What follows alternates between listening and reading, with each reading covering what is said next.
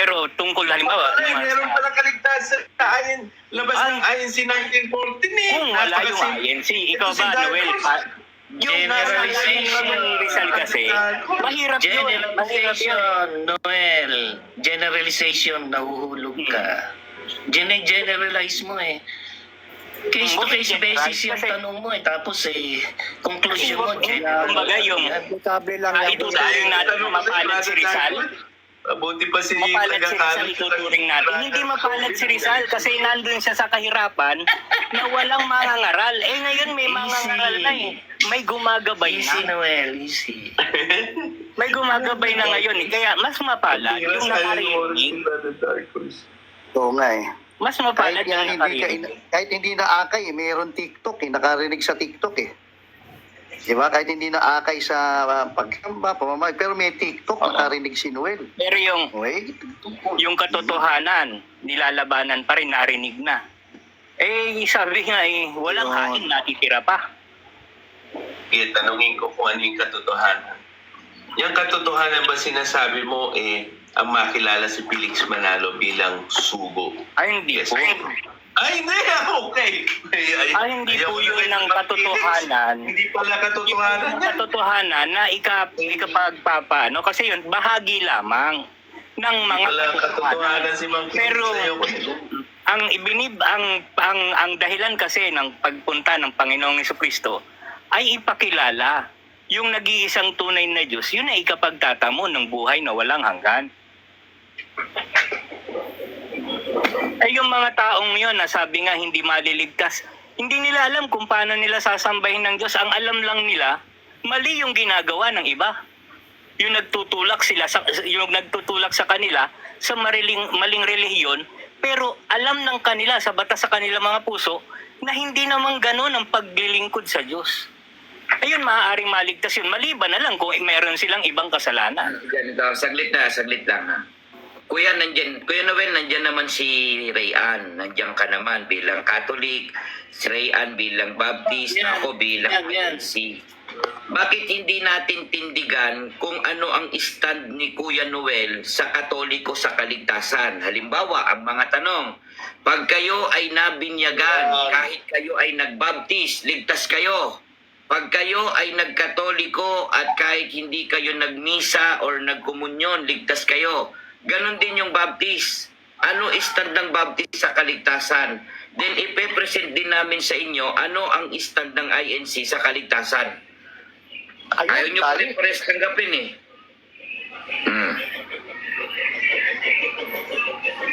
Kailan natin Bahala ang taon tumanggap nun. Pag hindi nyo tinatanggap yung anak ng Diyos, saka mo na yung sabihin, nag-post tayo. hindi nyo hawak-hawak ang gospel. Yun lang naman, napakasimple. Rayan, ayan si Noel, CFD. Naghahanap ka ng CFD, di ba? Ayan, si Noel, maayos naman kausap yan, high blood lang. Okay, wala kaming okay lang. Marami na kaming debate ni Bro Noel. Payag kayo. Ano ba talaga stand ng Catholic sa kaligtasan? Mula sa bata hanggang sa matanda. Ganon din sa Baptist. Maganda yan. Para magkaalaman na ano ba talagang katotohanan nakasulat sa Biblia. May nagpapanggap kasing gospel. Hindi naman maipaliwanag yung gospel.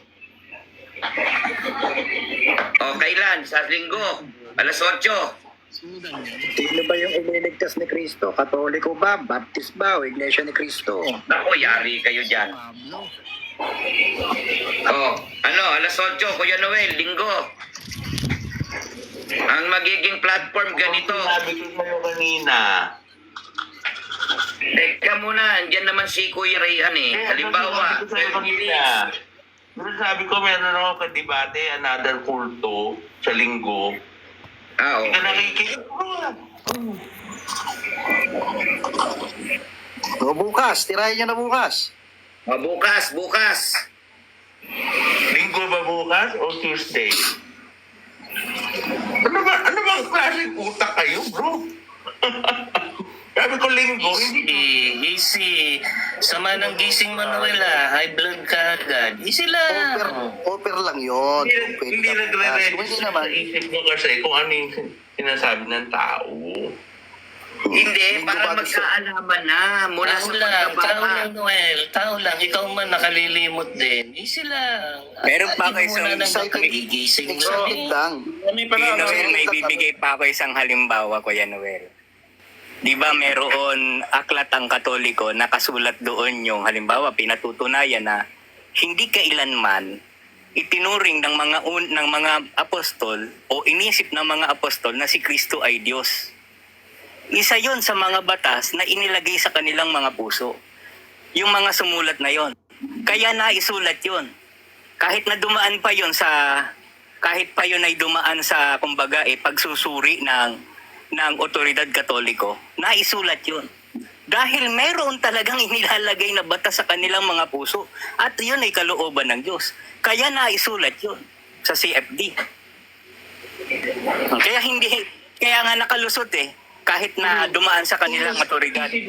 Kung nasa isip ng mga apostol, mali, pero ang katotohanan kay Kristo. Kaya nung si Thomas na pinaka-skeptical sa lahat ng mga apostol, nung napatunan, kasi si Thomas, to see is to believe. Nung nakita na niya, buo na ang kanyang pananampalataya, anong sabi niya? Diyos ko, at ang aking Panginoon. Napakasimple. Alam mo naman na nung napatunayan niya, saka pa siya nagkamali. Yung napatunayan niya, his Christian belief has been fully revealed to him and he has fully accepted the faith. Sabi niya, the God of me, the Lord. Ang pinaka-importante dito, hindi yung sinabi ni Thomas per se. Ang pinaka-importante yung response ni Jesus Christ. Sabi niya, you believe because you have seen me. Blessed are those who do not see me, but believe. Sabi niya gano'n. Yan ang tamang pagtuturo, bro. Yung makikita niyo yung proper exegesis dun sa response ng kinakausap, bro. Si Kristo na yun Si Kristo na yung sumagot dun, bro Sige, Brother Rayan.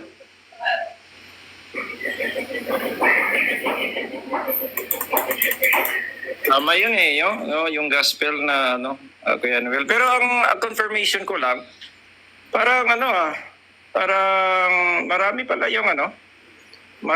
yung ang paraan ng kaligtasan ng INC. Iba yung hindi nakarinig, saka iba naman yung aminadatnan ng aral, iba din. Parang gano'n, naintindihan ko. Paliwanag ko lang, Kuya Rayan tsaka Noel, Kasi ang tanong ninyo, paano yung hindi nakarinig ng INC sa panahon natin ngayon? Ang sagot namin, ipaubaya na ninyo sa Diyos kung ililigtas ng Diyos o hindi.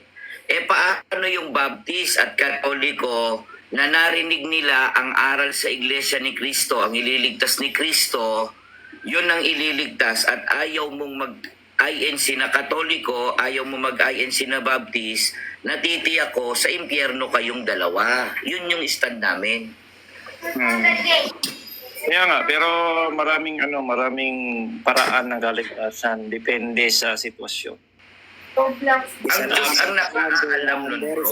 Hindi mo nga narinig yung INC dahil nasa malayong lugar ka o kaya hindi pa yan nakarating ng pangangaral.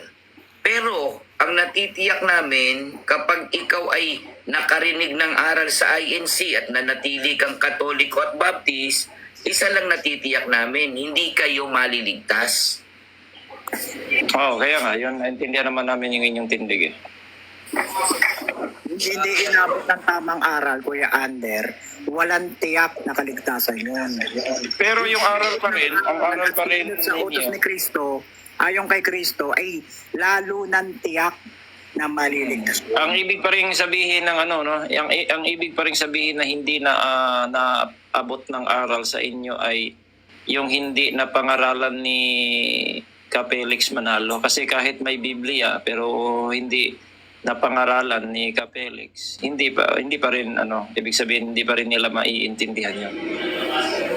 Parang gano'n. Tandaan natin, Kuya Rayan, merong ibang ebanghelyo.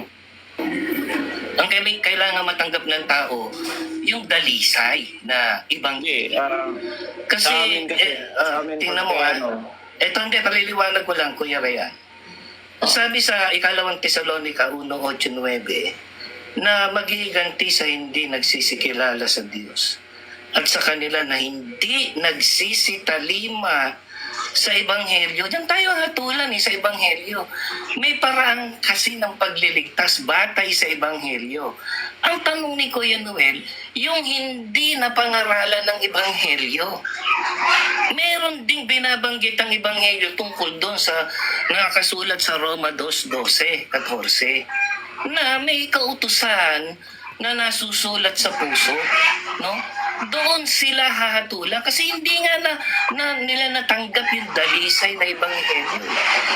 Kaya kung ang pag-uusapan ay paraan ng pagliligtas, may itinuturo ang ebanghelyo. Si Kristo mismo, pumasok kayo sa akin sa Iglesia ni Kristo. Hindi nga nila natanggap yung katotohanan yon. Ano pagbabatayan ng Diyos kung sila ligtas o hindi? Kaya may exemption to the rule. May general rule at may exemption to the rule. Ang ibig sabihin doon nga, kahit nabasa nila sa Biblia yung Ebanghelyo, hindi pa rin yun sapat. Kailangan pa talaga yun, pangangaral, no? Matiyak tama yun, may punto ka, Rayan. Pero, nababasa mo rin, kailangan mapangaralan ka ng tunay na tagapangaral ng sugo. Kasi ang dala-dala ng sugo, dalisay na ebanghelyo. Pero ang tao napangaralan nga ng ebanghelyo, pero hindi naman sugo ang nangaral. Ano natin masasabing dalisay na ebanghelyo yung natanggap? So, ibig sabihin bro, pala, anong stand ninyo patungkol sa kung dalisay na ebanghelyo? So, ito ba ay natanggap ni Kapelix Manalo? Kanino galing yon? Ito ba ay sa Diyos galing o may taong ginamit para mapakinggan yung dalisay na ebanghelyo? Yes! Dalisay na ebanghelyo ang daladalang aral ng kapatid na Felix Manalo. Ngayon, kung tatanong mo kung papaano natanggap ng sugo, andun din naman sa unang Korinto itinuturo ng Espiritu. Di ba? Kaya nga nangaudyo ka sa Pedro, di ba? Alam mo yung mga talatang yun. Kaya yung karunungan sa Diyos, hindi kailangan pag-aralan sa paaralan ng tao. Ang Diyos sa pamamagitan ng Espiritu Santo ang nagtuturo o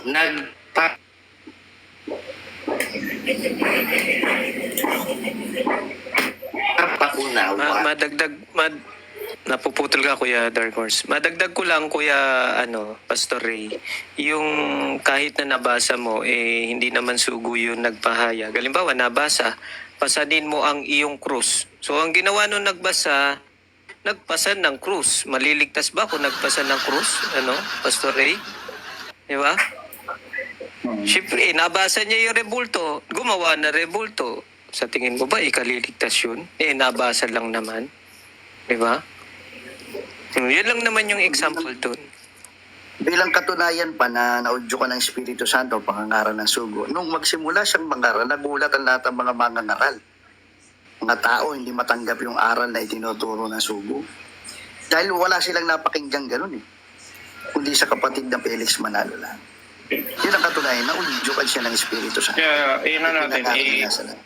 klaruhin natin, natanggap niya ito galing sa Holy Spirit mismo.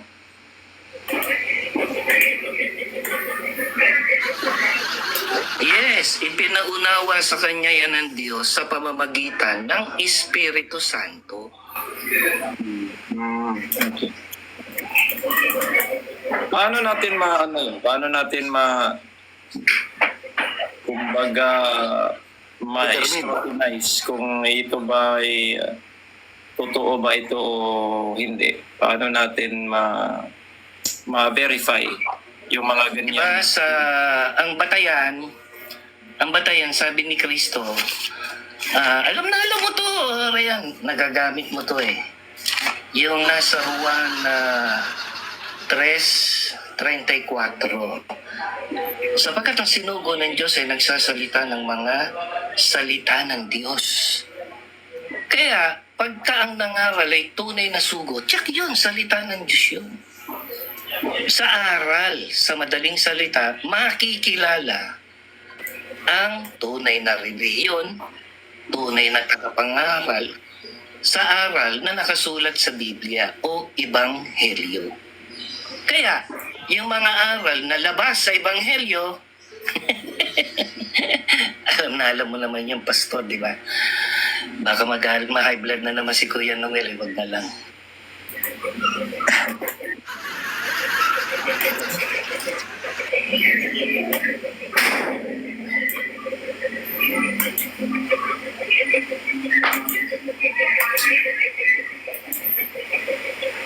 Bago, maganda yung symposium na sinasabi ni Bro Robin. Kaya nga ituloy na natin, huwag nyo nang paabutin ng linggo. Kawawa yung mga taong hindi maliligtas eh.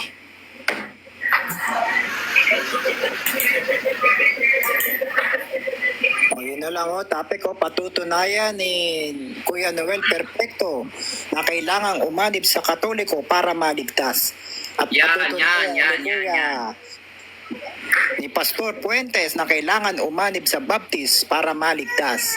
At Hindi naman yan ang stand nila, how about ang stand nila, kahit kayo ay Katoliko at iba-ibang religion ninyo, basta nasa inyong gospel.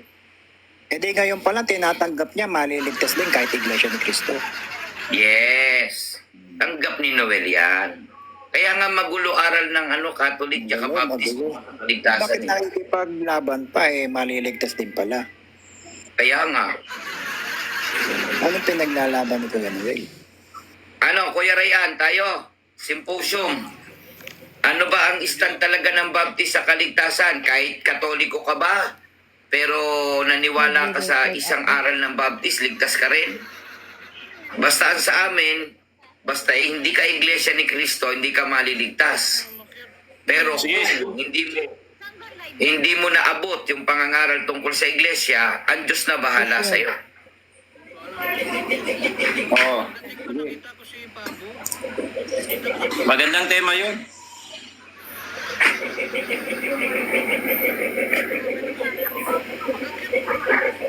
Tara na. Call tayo, call. Yung Catholic kaya, Col, maghahanap pa ng linggo. Maghuhukom na bukas, linggo Pablo, pa. yan sa tabi mo.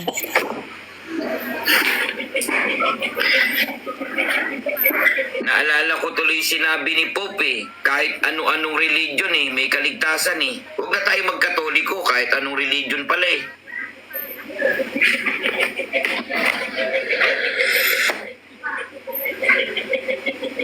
Diba Kuya Noel? Sabi ng Pope nyo.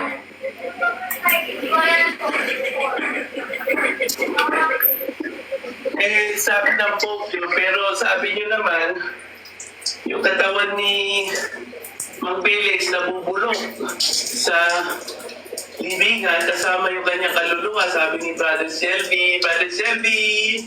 Ibang topic yan. Tungkol naman yan sa pagkakatulog.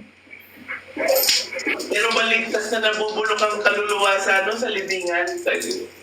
Ang bira.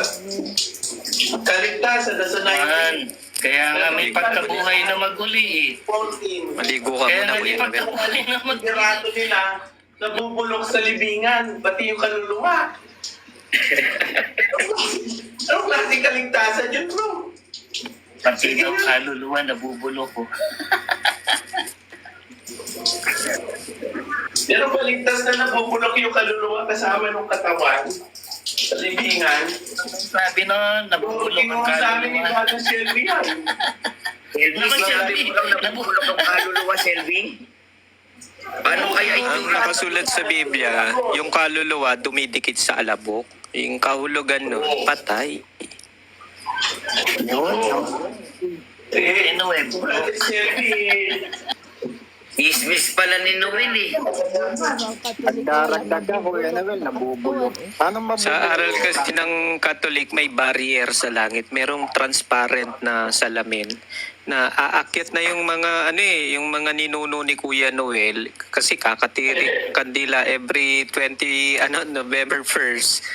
Umaakyat na may may barrier na salamin diyan sa may langit sa taas, bumabalik. Kaya everywhere natirik. Di ba? Natirik hindi makaakyat. Brother Shelby, yung sabi niya kaligtasan daw sa INC 1914. Sa labas ng INC 1940, wala kaligtasan. Pero yung founder ng 1914 INC, nabubulok ang kanyang kaluluwa kasama ng kanyang katawan sa alabok sa libre. Alam mo yan, nabubulok mo. Strawman yan, strawman. Ang tawag dyan, strawman. Kuya Noel. Ano yung ibig sabihin ng alabok, bro? Nice one, Bro Noel. Das yan, das. Alabok. Painitin mo, Oo. Bro Noel. Nabubulok? Yes or no? Galit talaga yan. Galit. Hindi sinti doon nabubulok yung das. Yung katawan mismo ang nabubulok na may laman. Di ba yung katawan yun yung nagiging dust? Ipopost Yes, ko na kapag nabulok yan, magiging das yan. Kaya nga may kabulukan yung katawan taglay natin ngayon. Paano ba Pag yung binuhay maguli, wala nang kabulukan yun. yung kaluluwa ni Felix Manalo nakadikit doon sa nabulok na Patay ang kaluluwa. Hindi Figure of nabubulok. speech yun, Noel. paano yung Figure of Brother speech Ray? yun. Kaligtasan ba yon yung nabubulok yung kaluluwa? ako sa cellphone. Hindi, walang kaluluwa na nabubulok eh. Yun. Strawman, si Noel. Andun na nakadikit doon sa katawan na nabulok, tapos naging alabok na. Ngayon, alikabok na lang Yung sa aral ba ng Catholic, hindi dumidikit yung kaluluwa sa katawan? Hindi Sa ba aral naman? ninyo? Ay, no. buhay, kapag Pag buhay ka, namatay? siyempre. Hindi, yun nga, pagpatay ka, pagpatay ang isang tao, ano mangyayari sa inyo? by definition of death, there is a separation of the body and soul. That is by definition. You know, so kung Separation of i-define mo body ang and soul. ibig Anong sabihin verse yun? ng Anong verse? theology. Ito naman. Kaya kasi sa Genesis, Evangelio, gospel. sa Genesis Theology 2, ay usapan. na buhay na Barometrics ng Bible. nung binigyan siya ng kaluluwa ng Diyos. Kung Napakasimple naman. diyan tayo hahatulan sa gospel. Chocho talaga itong mga... Kaya nga, yung gospel, bro, yung anak ng Diyos ay bumabati. Sabi niya din, basahin mo bro, John 10:17 to 18. The reason Nasa kaluluwa tayo. Nasa kaluluwa tayo. is because I lay down my life to the sheep. Napakasimple lang ng gospel. Hindi niya matanggap yan, bro. Sino yung mga tupa? Siyempre, sa una, ang tupa niya, yung mga taga-Israel. Tapos later on, binuksan niya ang pintuan para sa mga hindi. Napakasimple naman. Okay. Sa kaninong pangalan tinatawag yung mga tupa ni Kristo? Sige, pakita mo sa akin. Ay, hindi. Sagutin mo. Ship ka ng ship eh. Sa kaninong pangalan tinatawag ang mga tupa ni Kristo? Sa pangalan ni Kristo at ng Diyos. Oh, di Iglesia ni Kristo, hindi Katolika. Alam mo kasi bro, Thank you. hindi lang ang INC nagpapangalan ng Iglesia ni Cristo. May nauna nga sa inyo kaya dati hindi kayo INC, INK kayo eh. Oh, di ba? So, hindi lang kayo sa ibig sabihin lahat ng INC na nagpangalan ng INC na kay Kristo. Kuya Shelby. Wala na si Kuya Shelby. Si Brother Selby, kung tinuro niya yon, siya yung mentor nyo, talagang nabulok na si Felix Manalo sa libing. Wala namang ganong mentor. Walang ganon. Walang ganon. So, ano yung mentor si Brother Selby? Ako, saan ka pumupunta? O Proton, ikaw na bahala dyan, Para Proton. si Hokay. Okay lang. Marami, teka lang ha. Teka lang, marami tayong pwedeng maitapik eh. Ano ang official stand ng Catholic ukol sa kaligtasan? Pagkakasunod-sunod. Sunod na topic. Ano ang official stand ng Catholic at Baptist mula nung isilang, mabuhay, mamatay hanggang sa pagbabalik ni Kristo? Ano talaga? Para magkaalaman na kung sino talagang mayroong daladala ng tunay na gospel. Gospel. Ano, talagang pagdating ba ng namatay kapag kapo, punta sa langit, andoon na, ligtas na, nandun sila, buhay, sa langit? Roro. Magkaalaman na. Oo, hindi, meron pa si Jack pinakakalimutan Lolo. naman. Gusto ko malaman, bro, Brother Robin, Jack yung Lolo. kaluluwa ni Felix Manalo na Jack nabubulok. Lolo. Gusto ko malaman yung status ba. Yun ang gusto ko malaman eh. Bakit pinapakailaman niyo yung mga pope? Eh, hindi mo naman ikaliligtas yun. Ba't yung gusto malaman? Alam mo, Kuya Noel, yung mga pop nyo na namatay, bulok din Nililigtas ko yun. yun, bro. Kasi Inagnas din yun. Kayo lang ang nagkiklaim kung na ang nasa liderato langit. ng INC 1914, nabulok na ang kanyang katawan, pati ang kaluluwa niya nakadikit dun sa nabulok na katawan, iiwas na kagad ang Sabihin, ang INC katawan ng pop hindi nabulok. Nililigtas ko yun. Noel, yung katawan ba ng pop hindi nabulok? Ay, walang problema. Katawan yun eh. Ang Tanong ko, nabulok din ba Ang ang aral nyo bro, katawan yung, ng pop yung nyo? kaluluwa bro, nabulok. Kasama Ang hirap yung naman katawan. sumagot ni Kuya Noel. Bay, ayaw mo bay sa ano? Yung katawan ba ng pop nyo nabulok o hindi Wala na nabulok? pikon. Walang problema sa Paglaruan katawan na natin si nabubulok Pablo. pag namatay ka. Ang importante Tatanong yung ko, kaluluwa bro, yung Nyo, kaluluwa pop bro. nyo. Pablo. Yung kaluluwa Yes or ni no? Imang Buwilis bro, nabulok kasama nung nabulok na katawan. Nasa Eh, yung sagot ko, wala rin alabok, problema. sabi ni Nabulok. Brother Selby sa alabok. Ganito logic mo, Kuya Noel, ha? Padaanin mo Ang ako, ha? isang kaluluwa Padaanin mo ng ako, isang Kuya Noel, padaanin mo ako, ha? Gamay pitoy. Palalak ako. lo. Ang tanong ko sa'yo, katawan ng Pope nabubulok o hindi nabubulok? Ang sagot mo, walang problema. Sa akin nabubulok. Oo nga, makinig ka muna. Gamay Oh, pitoy. kung Palalak ang, lo. ang katawan ng kapatid na Felix Manalo nang namatay bilang tao'y nabulok, wala ring problema ang sagot namin. Hindi, yung kaluluwa ang importante doon. Huwag ka sumigaw, huwag ka sumigaw. Sabi ni Halabis. So, Brother doon tayo sa kaluluwa. Doon Magkabati tayo na sa kayo ni kaluluwa. ano ni Magic. Dumikit Ikaw talaga Pablo. kaluluwa. Ah. Kaluluwa niya doon sa Kasi, nabulok na makinig ka bro, ang kaluluwa ng kapatid na Felix Manalo nung namatay dumikit sa alabok. Ngayon ang tanong, ang Tama ba yun? kaluluwa ba ng Pope nung namatay nasaan? Payagin mo ulit Magic. Ay, pumunta ka agad sa langit, bro. Wow, amen. Pumunta sa langit. Ito, Noel. Ito, makinig lang ha. Huwag kang magbabatiin. Sabi mo, nabubulok ang katawan ng sugo at yung kaluluwa nakadikit sa katawang, hindi naman sa katawang nabubulok eh. Sa alabok, nakadikit sa lupa. Wala kami Ate Jo, doktrina may utak nakadikit pa sa si katawang Pablo sa nabubulok. tindahan mo. Ate Jo, Ngayon, paano nabulok ba yung yan? katawan. Bulok, sandali. Iusap naman ako. Bulok, yes, Padaanin mo lang ako. Patapusin mo na.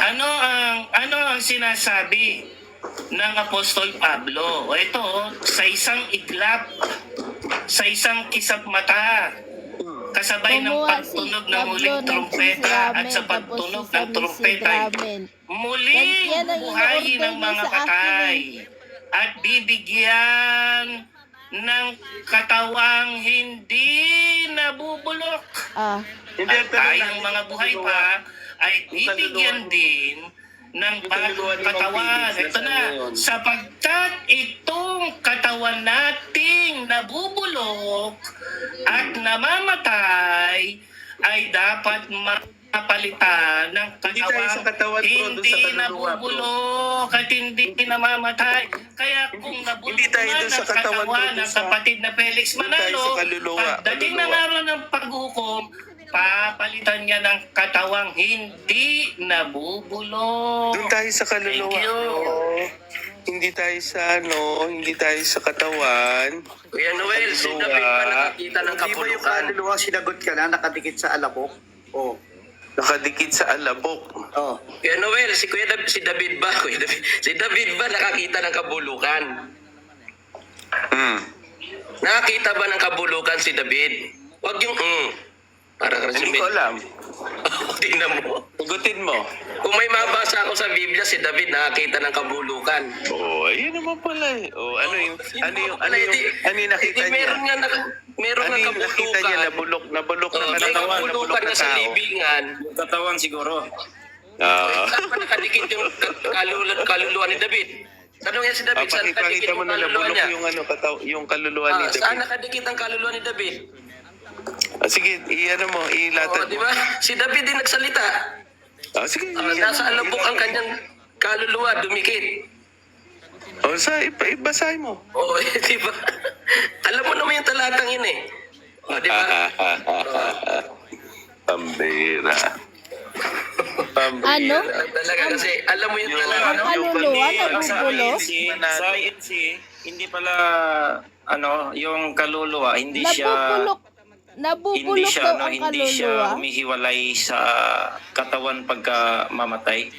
Oo, ganoon, Brother Ray. Hindi sinabing, hindi walang sinasabing hiwalay.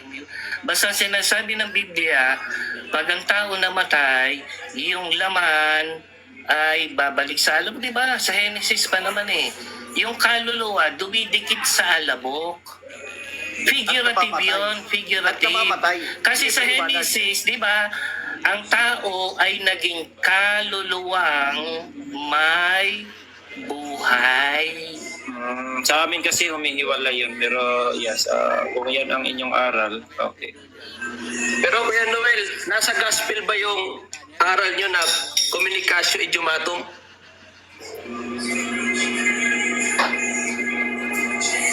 Paliwanag mo daw yun. Ano ba yung ibig mo sabihin, na yung kaluluwa humihiwalay? Saan humihiwalay? Humihiwalay sa katawan. Yung bang nadikit sa alabok, hindi ba nakahiwalay sa katawang nabubulok yun? Anong nakadikit sa alabok? Kasi yung kaluluwa namamatay. Diba? Sa- Nakadikit sa Sa alabok. amin, hindi. Kasi namatay. Hindi nagpapagala-gala. Hindi. Yung Katawan, kaluluwa, bulok. yung kaluluwa sa Old Testament, minsan kasi that is At pagdating ng takdang panahon, araw ng pag-uukom, yung